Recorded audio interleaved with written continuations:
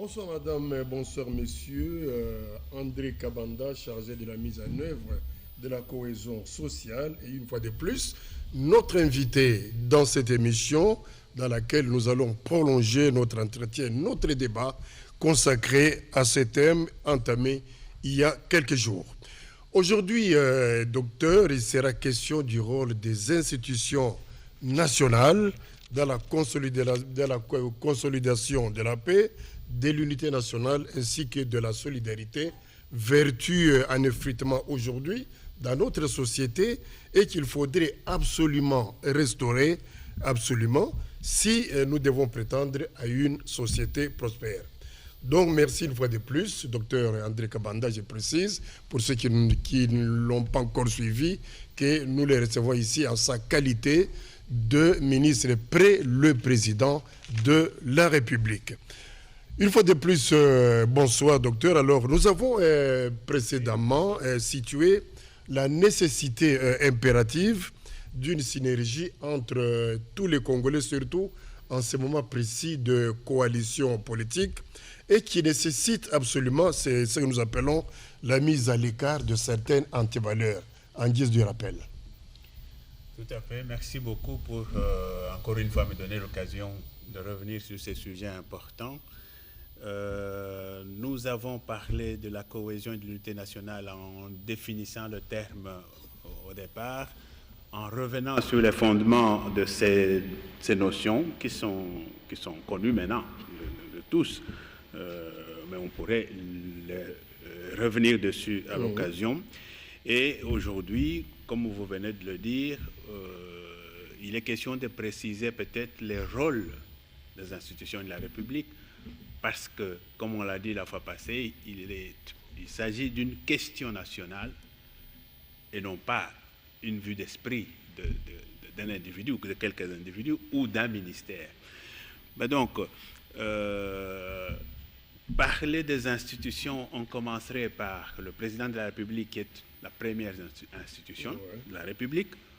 On passera par le gouvernement, entendez le gouvernement central et les pouvoirs publics, les unités décentralisées, les provinces, les territoires, etc.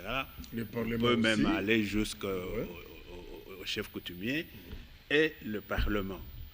Le pouvoir judiciaire, c'est une institution, mais c'est là où on va peut-être rester assez succinct là-dessus.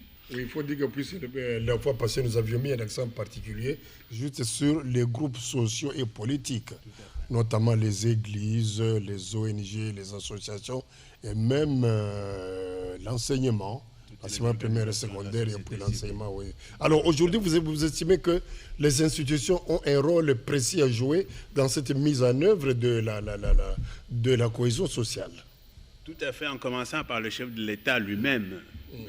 Je pense que vous avez suivi le dernier compte rendu de la réunion du Conseil des ministres, sur lequel, dans lequel le président de la République est revenu sur le sujet en rappelant que le ministre près a dans ses attributions le renforcement de la cohésion et de l'unité nationale, et par l'occasion, il demandait au gouvernement de mettre des moyens à notre disposition pour pouvoir accomplir cette mission. 8. La cohésion nationale.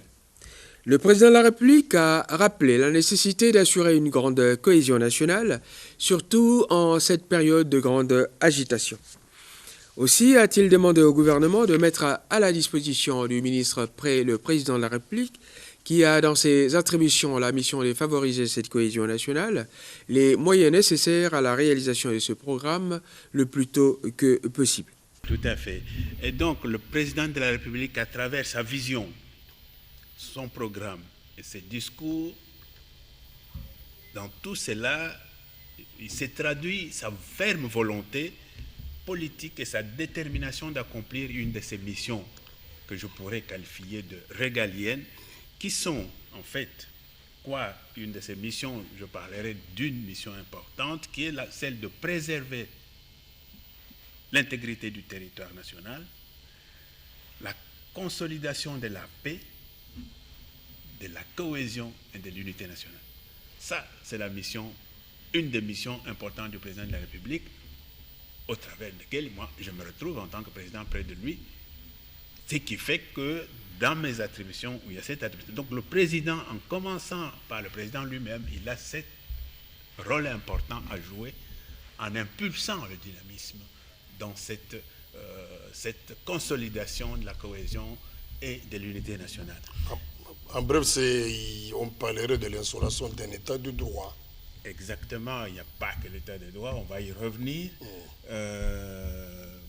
Donc on sait que la vision du chef de l'État, c'est effectivement rétablir l'état de droit au travers d'une justice juste et indépendante. L'éradication de la pauvreté avec comme fil conducteur les peuples d'abord. Donc, au travers de cette vision qui est suffisamment claire maintenant, au travers des fondements dont on a déjà parlé, notamment les éléments comme les antivaleurs, la pauvreté, la corruption, etc., qui délitent cette cohésion nationale, en combattant, en recherchant à rétablir l'état de droit, en cherchant à combattre la corruption, la pauvreté, logiquement, on cherche à consolider.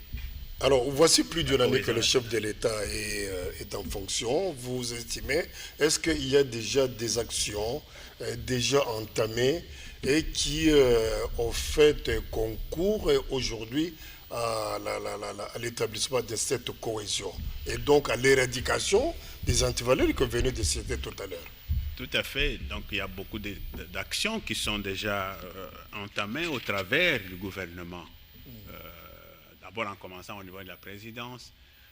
Dans le cadre de la lutte contre la corruption, nous avons une agence qui a été créée, qui a été mise en place de lutte contre la corruption. Il y a une coordination qui se charge uniquement de changement de mentalité. Changement de mentalité, oui. La justice, la réforme de la justice avec comme finalité quoi? Effectivement, le rétablissement de l'état de droit. Et nous avons beaucoup d'actions qui ont été posées dans ce domaine-là. On sait aujourd'hui que la plupart des prisonniers politiques ont été libérés. Les exilés politiques sont rentrés dans le pays. La justice, on l'a vu au travers de certaines actions de la justice, est en train d'acquérir son indépendance, comme on l'avait déjà dit. Et tout cela, ce sont des éléments, ce sont des actions qui sont déjà posées dans le sens de renforcer la cohésion nationale, étant donné que ce sont des fondements de la cohésion nationale. Alors, une autre opinion, avant de vous laisser continuer, Monsieur le ministre, une autre opinion estime que toutes ces institutions que le président de la République met en place, notamment pour lutter contre la corruption ou les changements de mentalité, viennent en fait faire ombrage à la justice qui existe déjà. Est-ce que ce n'est pas votre opinion? Absolument pas. Quand prenons par exemple la coordination, la cellule qui lutte contre la corruption, elle ne peut pas faire le travail de la justice. Son travail, c'est quoi? C'est mener des enquêtes sur des dénonciations, par exemple, sur les dossiers qu'on apporte à sa connaissance. N'oublions pas qu'il y a beaucoup de dossiers de mégestion, de détournement qui existent dans ce pays et qui sont dans les mains de plusieurs personnes qui ont soit été au contact avec les inspections des finances, soit directement avec la gestion de l'une ou l'autre société, et que ces dossiers, ils ne savent pas quoi en faire parce qu'ils ne peuvent pas porter ça directement à la justice. Il faut qu'il y ait une structure qui peut mener des enquêtes. Et bien donc, cette cellule fait ce travail. On a vu l'inspection générale de finances, qui ne fait pas le travail de justice. Qui dépend du président lui-même. Voilà. Cette inspection générale ne fait pas le travail de la justice. Elle fait le travail de recherche, d'enquête. Alors, avec les dossiers qui sont bien fouillés, remettre ces dossiers-là à la justice qui fait son travail. Et donc, il n'y a pas d'ombrage possible à la justice. Alors, donc là, c'était la structure ou l'institution président de la République, en fait, qui est chargée de tout piloter en tant que garant de la nation. Alors, il y a également, vous avez dit tout à l'heure, d'autres institutions qui mettent également la main à la pâte pour la restauration de cette cohésion sociale. Alors, vous avez parlé du Parlement. Est-ce qu'il intervient également? En quoi? On peut parler peut-être d'abord du gouvernement parce que le prolongement de l'institution président, c'est le gouvernement. Le président, il est en même temps impulse son action au niveau du gouvernement, qui est l'exécutif national. Et donc, le programme du gouvernement, qui tire son inspiration de la vision du chef de l'État, ce programme qui a été adopté par le Parlement national, se décline en piliers. Et le premier pilier qui nous intéresse particulièrement...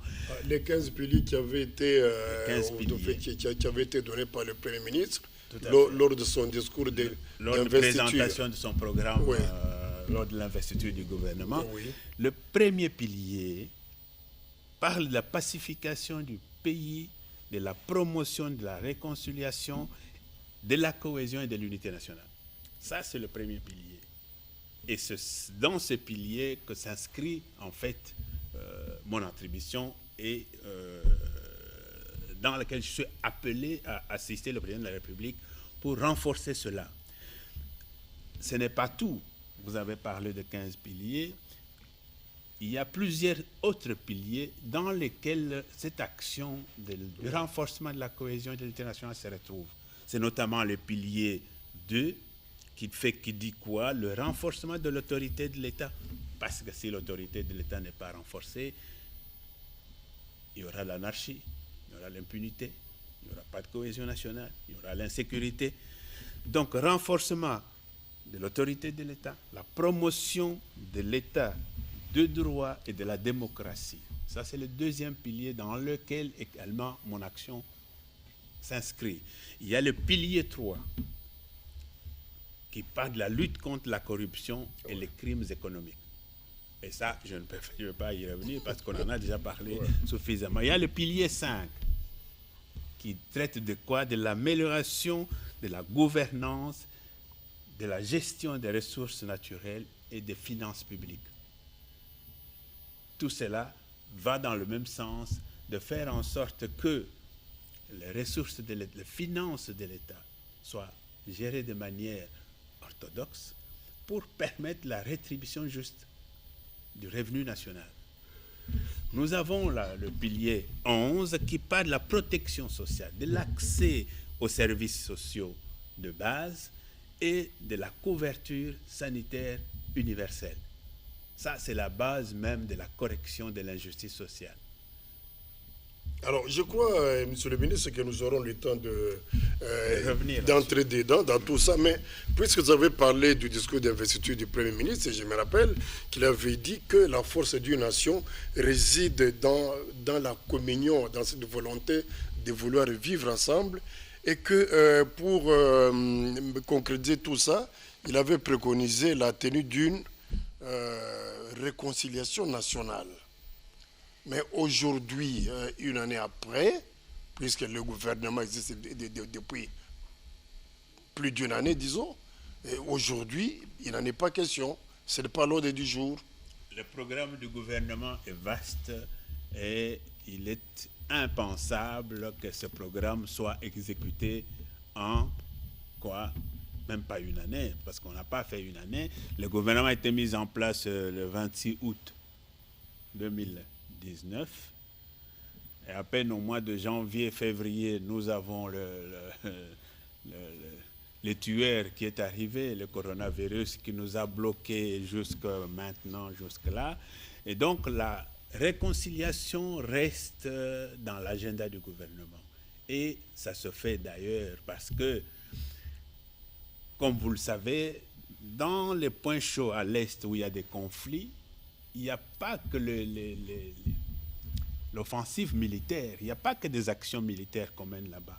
on essaye aussi par les actions diplomatiques ou effectivement la réconciliation, on essaye de mener des actions de réconciliation des communautés, de réconciliation des différentes communautés pour faire en sorte qu'il y ait la sécurité dans ces régions. Parce que seule l'action militaire n'arrivera pas. Mais ces formes de réconciliation, on en a déjà connu beaucoup dans ces pays, depuis les années 60. Et tout récemment, nous sommes sortis de la CENCO. Donc c'est encore un forum de réconciliation. Et combien de temps, combien de réconciliation faudrait-il pour qu'on arrive finalement à une entente parfaite? Mais la réconciliation, ça, on ne pourra pas dire qu'on est réconcilié. Ben, vous avez dit vous-même que notre cohésion est délitée. Il y a beaucoup de problèmes dans ce pays qui font que il y a déjà des conflits qui existent dans tous les points, dans plusieurs points, surtout à l'est et dans le nord-est. Mais donc la réconciliation nationale, c'est un paramètre qui doit rester permanent. On ne peut pas parler d'une réconciliation nationale pendant un temps et puis le reste du temps, oui. Nous sommes une société multi-ethnique qui est aussi facilement manipulée par les intérêts divers. Et donc ça fait que les conflits dans notre pays sont devenus légion, parfois pour des raisons ridicules, mais surtout des manipulations extérieures. Et donc la réconciliation, c'est une arme qu'on doit garder de manière permanente. Ça ne sera pas encore de réconciliation pour se partager le pouvoir? Absolument pas. Ici, je ne pense pas qu'on puisse parler de le partage de pouvoir. Est-ce qu'il faut une réconciliation? Non, je ne crois pas que pour partager. Nous avons eu la conférence nationale, oui, au cours de laquelle on était dans une période où on sortait de la dictature, où il y avait des guerres qui c'était la même chose à le prolongement à Sun City. Il y avait des guerres qui avaient quasi divisé le pays en plusieurs morceaux. Et donc il fallait réconcilier tout cela. Aujourd'hui, nous sommes en post-guerre. Il n'y a plus de guerre classique. Évidemment, nous avons des conflits qui sont, je n'appellerais pas ça guerre, ce sont plutôt des conflits, des groupes armés qui mènent des actions qu'on peut qualifier du terrorisme, tout simplement. Et ça, on ne peut pas parler, il ne faut pas parler de réconciliation dans ce cas précis, dans le sens, effectivement, où vous l'entendez, il faut mettre les différentes fractions autour d'une table pour le partage de pouvoir. Non. Nous avons franchi, de quoi? Alors, on parlerait de quoi? Nous avons déjà franchi une étape, c'est-à-dire qu'il y a eu des élections dans ce pays, même si elles n'ont pas été ce qu'on aimerait qu'elles soient, mais la dernière élection a donné lieu à une alternance pacifique, démocratique, qui fait qu'aujourd'hui nous avons un nouveau président qui est élu et un ancien président qui est en vie, et ils se voient, ils se côtoient. Et nous avons même à la tête, dans ce gouvernement, une coalition entre deux partis, deux plateformes politiques qui se regardaient en chaîne de faïence il n'y a même pas longtemps. Mais donc, ce stade-là, nous l'avons déjà dépassé. Aujourd'hui, nous sommes dans une autre phase où il faut plutôt renforcer la cohésion nationale, l'unité nationale, et pas parler de la réconciliation du partage de pouvoir, parce que ça, ce n'est plus au calendrier. Oui, monsieur le ministre, mais mon problème, c'est vrai, mais quand on sait qu'aujourd'hui, ce qui divise beaucoup plus les Congolais, ce qui crée beaucoup de divisions, c'est beaucoup plus des problèmes politiques. Mais alors, au-delà des problèmes politiques, y a-t-il encore des problèmes qui mettent tout le monde en porte-à-faux aujourd'hui et qui nécessitent des forums de réconciliation une fois de plus aujourd'hui? Je pense qu'on l'a dit ici, enfin, la coordination qui est mise en place pour le changement de mentalité devra travailler sur ces points-là. Parce que dans notre pays, la politique est devenue comme, je ne sais pas comment qualifier cela, tout le monde veut faire la politique. Et de quelle manière on fait la politique? C'est assez désolant de voir cela. Donc, on ne peut pas en permanence, alors on s'est réjoui de l'alternance politique, on a été aux élections, il y a des institutions qui ont été mises en place de manière démocratique, même si ce n'est pas parfait. Il n'y a pas d'élection parfaite dans le monde, même dans les vieilles démocraties, ça n'existe pas. Mais dès lors qu'il y a eu un consensus autour d'une élection avec mise en place des institutions, la classe politique, parce que c'est de ça qu'il s'agit, les membres de la classe politique devraient apprendre à respecter, parce que c'est là aussi la démocratie. Il faut commencer par respecter les institutions mises en place de manière démocratique. Même si on a des revendications à faire, on ne peut pas rester braqué en disant oui, ça ne va pas, nous devons nous négocier, nous devons nous réconcilier, nous partager. Non, quand est-ce qu'on va tourner le dos vers cette manière de voir la politique comme étant un partage de gâteaux? Alors, nous avons parlé d'un grand problème, au fait, qui vise la population, c'est la pauvreté. Nous sommes dans un pays, au fait, divisé pratiquement en deux, une couche minoritaire très riche et une grande majorité qui est très pauvre. Mais alors, aujourd'hui, comment faut-il réconcilier ou concilier les deux parties diamétralement opposées? La pauvreté, elle est là. Donc, nous avons un pays paradoxalement très riche et paradoxalement avec une population qui croupit dans une misère noire. Cela est dû à quoi? La cohésion peut pas être possible. Impossible. Dans ces cas-là. Difficile d'avoir une cohésion dans ces contextes-là. Mais cela est dû à quoi? Je pense qu'on ne peut pas se voiler la face. Il s'agit de la gestion de ce pays. La gestion a été ce qu'elle a été. Je ne vise personne.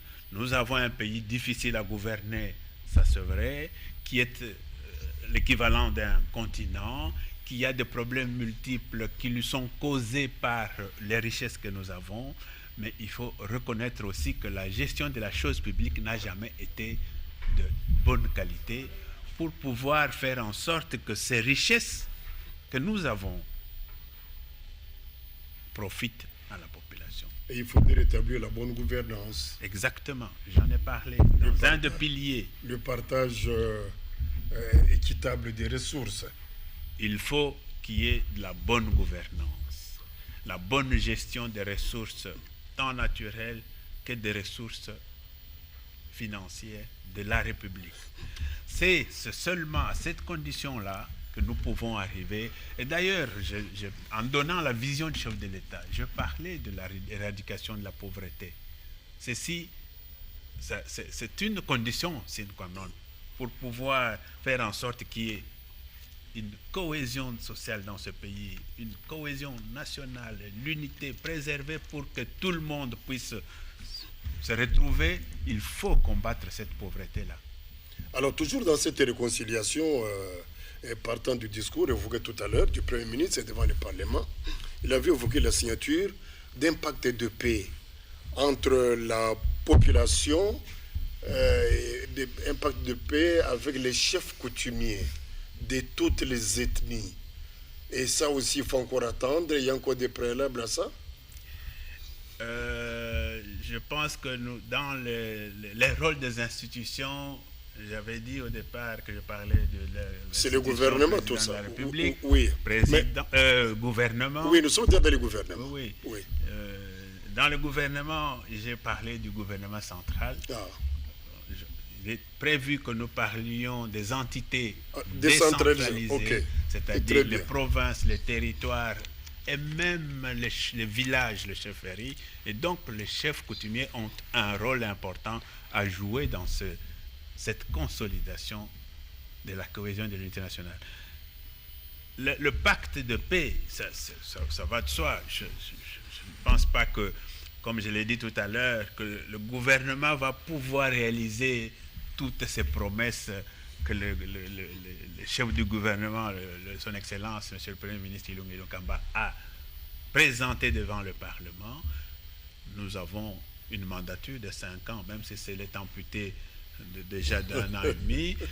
Nous avons encore le temps de réaliser tout cela. Ça va se faire. Aujourd'hui, il y a des urgences, notamment l'urgence sanitaire due à la COVID-19, qui nous a plongé dans une crise économique sans précédent.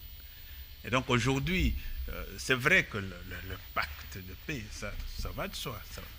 Ça ne posera aucun problème par rapport à ça. Mais aujourd'hui, il y a plus urgent.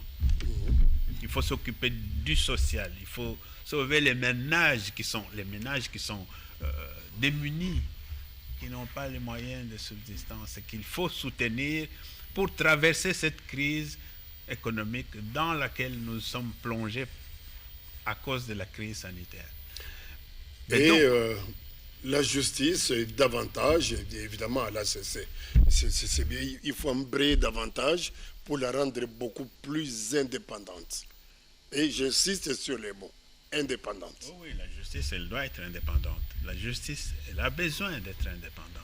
Et pour y arriver, sans justice il faut lui donner des moyens qu'il faut. Il faut lui donner les moyens. Et c'est le rôle du gouvernement. Tout à fait. Et le gouvernement travaille pour donner les moyens à cette justice. Et c'est une priorité dans le programme du gouvernement. Et on ne peut pas avoir les moyens donnés à la justice si nous n'arrivons pas à faire suffisamment de recettes. Et ces recettes vont où? Le coulage de recettes fait que ces recettes vont dans les poches des individus. Et la priorité aujourd'hui, la priorité aujourd'hui, et c'est notamment la mission qui est confiée à l'inspecteur général de finances, c'est de faire en sorte qu'il y ait suffisamment de recettes, c'est faire en sorte que notre pays puisse produire, parce que nous avons une économie extravertie. C'est-à-dire quoi? Tout ce que nous avons dans ce pays, en tout cas 90% des produits que nous avons sont importés. Alors que nous avons les potentialités pour avoir tout cela.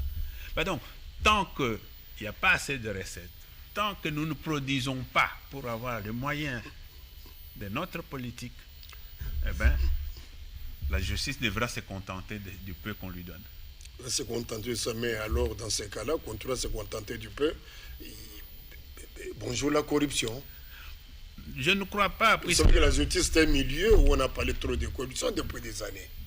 Vous savez, avec la volonté, les chrétiens ont déplacé les montagnes avec la croyance sans richesse. Donc avec la volonté, on peut faire beaucoup de choses si on y croit, même si on n'a pas les moyens mirobolants qu'on aimerait avoir. Mais donc la volonté politique, c'est aussi un paramètre important sur lequel il faut insister. Alors, monsieur le ministre, au niveau de votre, à votre niveau, au niveau du gouvernement, puisque vous êtes chargé de la mise en œuvre de cette de ceci, ça a été soulevé par le chef de l'État dans la dernière réunion du gouvernement. Concrètement sur le terrain, quelles sont les actions que vous comptez mener, vous, pour arriver à asseoir cette cohésion? Il faut dire que ce n'est pas facile. C'est peut-être dans la lutte contre le changement de mentalité et tout ça là. Ce n'est pas facile. Pas facile. Donc vous avez fait allusion à la dernière réunion où le chef de l'État a demandé au gouvernement de mettre les moyens à ma disposition. On ne l'a pas encore fait, mais on le fera. Mais les moyens, c'est comme vous venez de le dire. La justice, si elle n'a pas les moyens, elle n'arrivera pas à poser des actions qui lui permettront vraiment d'être indépendante et distribuer cette justice convenablement. Il en est de même pour nous. Nous avons un vaste programme pour consolider la cohésion et l'unité nationale à travers tout le pays. Quelles sont les actions à mener? Il y en a plusieurs. Je vous ai cité les différents piliers du programme du gouvernement. Nous allons nous inscrire dans chaque action du gouvernement pour renforcer les actions des différents ministères qui nous permettront de corriger les fondements, les facteurs, les antivaleurs qui délitent la cohésion nationale pour arriver à l'objectif que nous recherchons. Mais concrètement, il y a des actions que nous pourrions poser, en tout cas pour ce qui nous concerne directement, c'est faire tout, et le gouvernement est dans cette logique, maintenir un dialogue permanent entre les acteurs sociaux, politiques à tous les niveaux. Ça, c'est la première chose qu'il faut faire. Il faut que les acteurs sociopolitiques se parlent, pas pour chercher à se partager le pouvoir, non. Pour montrer aux Congolais que nous n'avons que ce pays. Nous sommes obligés de vivre ensemble. Et sans ce vivre ensemble harmonieux, nous ne pouvons pas développer notre pays. Voilà, c'est ça. Ce dialogue permanent doit consister à cela. Interpeller la conscience de chacun. Et l'exemple venant d'en haut, cette cohésion devrait se manifester à travers les institutions et aussi entre les membres du gouvernement dont vous faites partie. Très important, ce que vous venez de dire, les dialogues entre les institutions, je pense que le gouvernement l'appelle de tous ses voeux. Les dialogues entre les institutions, ça nous éviterait de connaître les hauts et les bas qu'on est en train de connaître assez régulièrement au sein de la coalition. Et ça éviterait beaucoup de choses. Donc ce dialogue doit être permanent, en commençant par les institutions de la République. Et là, c'est le rôle du chef de l'État. Évidemment, il le fait. Je pense que ça ne souffre d'aucun doute. Il réunit assez régulièrement les différents responsables des institutions avec lesquels il dialogue. La deuxième action, c'est combattre l'intolérance, le divisionnisme, le tribalisme, sous toutes leurs formes. Ça, c'est une action que nous pouvons mener pour ce qui nous concerne, en nous inscrivant également dans les actions des ministères sectoriels. Il faut assurer l'égalité de traitement de différentes entités décentralisées. Et là, je fais un clin d'œil au ministre qui s'occupe de la décentralisation, parce que c'est un devoir de tous les pouvoirs publics, en commençant par le gouvernement central jusqu'aux entités décentralisées. Il faut absolument, et ça c'est l'obligation du gouvernement, du pouvoir central, de faire en sorte que toutes les entités décentralisées soient traitées de manière égalitaire. Oui, nous en parlerons à la prochaine émission. En leur donnant évidemment des moyens qu'il faut pour eux. On en parlera à la prochaine fois, effectivement. Il faut cultiver et renforcer l'éducation civique et le patriotisme. C'est important. Ça nous manque atrocement. C'est important. Il nous manque une dose de patriotisme dans ce pays. Il y a des gens qui se comportent comme si ils étaient au Congo, dans un pays étranger, alors qu'ils sont des Congolais. Voilà, il y a des actions comme ça que nous pourrions mener, mais le plus important, c'est de nous inscrire dans le programme du gouvernement et dans toutes les actions des ministères sectoriels pour, à travers la sensibilisation, parce que c'est surtout cela. Oui, les actions sont transversales, comme on dit. La mission est transversale. Alors là, vous aurez à travailler avec d'autres ministères, avec la plupart de vos collègues, d'autres ministères, bien entendu. Absolument. Alors, si on peut terminer par le Parlement. Le Parlement, par exemple, comme troisième institution qui doit intervenir dans ce travail. Tout à fait. Le Parlement, en tant qu'institution, a un rôle important, c'est de mettre en place les instruments juridiques, donc voter les lois qui peuvent nous permettre effectivement de faire en sorte que la cohésion puisse être encadrée par les instruments juridiques. Les actes des citoyens, de tous les fondements de la cohésion nationale puissent être encadrés par les instruments juridiques que le Parlement, et ceci va arriver dans le cadre de la réforme de la justice, et en tous ces piliers, il faudra trouver là où il faut des réformes en termes de loi que le Parlement, dans lequel le Parlement devra intervenir. Mais aussi le Parlement peut être interpellé de manière individuelle. J'entends les élus. Ils peuvent contribuer à cette responsabilité, à cette mission de manière individuelle parce que les élus sont des représentants du peuple. Oui, ils vivent avec ils ont peuple, été élus par leur base électorale. Ils peuvent nous permettre de faire passer ce message du renforcement de la cohésion nationale et de l'unité nationale dans leur fief. Surtout que maintenant ils sont en vacances. Au lieu d'avoir un discours plutôt teinté de haine tribale, de séparatisme, de divisionnisme, voilà les valeurs qu'on peut faire passer au peuple. En attendant la campagne électorale de 2023. Alors, il faut soulever également qu'ils interviendraient dans les contrôles du gouvernement et même des entreprises de l'État.